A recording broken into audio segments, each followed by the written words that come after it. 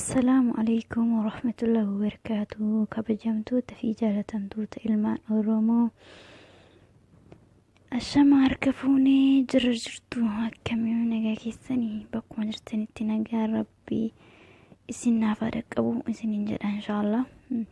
Antoori akkuma isiniin jedhee barumsa afaan Oromoo barumsa idilee eegaleen jira. Itti dhiyaadhaa, daawwadhaa, subscribe godhaa isiniin jedha.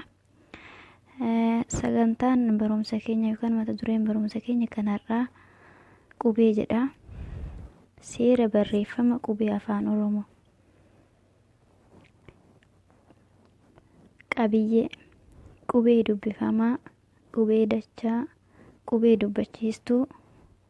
Seera sagalee ittiin barreessinu, seera hudhaa yookiin laagee.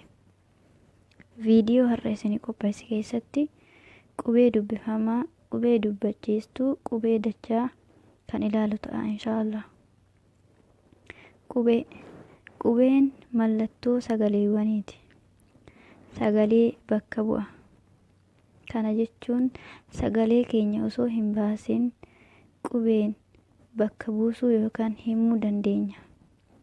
Afaan Oromoo qubee qeenxee 26 fi qubee dachaa 5 qaba.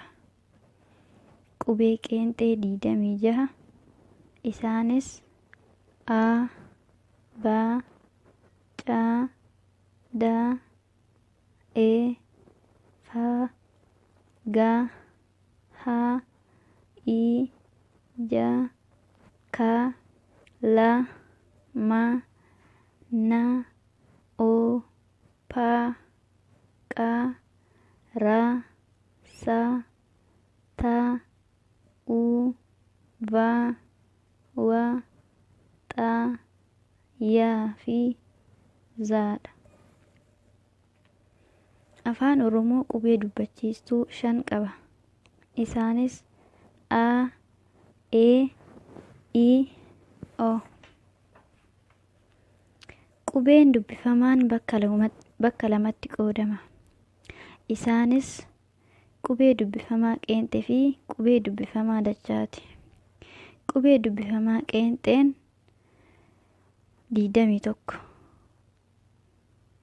Isaanis B, C, D, F, G, H, J, K, L, M, N, P, Q, R, S, T, V, W, X, Y fi Z. Dubbifamaa dachaa. Dubbifamaa dachaanis bakka 5tti qoodama. Isaanis C, D, P, Sh fi Ñ. Dubbifamaa dachaan kan akka ergisaatti fayyadamnus ni jira. Dubbifamaa dachaa ergisaa K, Ts, Z. Tole kabajamtootaaf jaalatamtoota ilmaan Oromoo, sagantaan barumsa keenya kan idilee kanarraaf isinii qopheesse kana fakkaata. Sagantaa itti aanu seera barreeffama qubee hanga jedhu walitti deebinutti viidiyoon kun yoo isinitti tole laayik hiriyoottan keessaniif sheer, viidiyoo biraa akka isin bira ga'uuf yeroo hanga dhiisuu barbaadan subscribe naaf godhaa.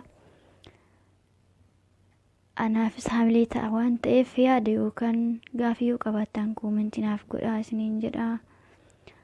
Inshallah barumsa itti aanu hanga walitti deebinutti nagayaan tura.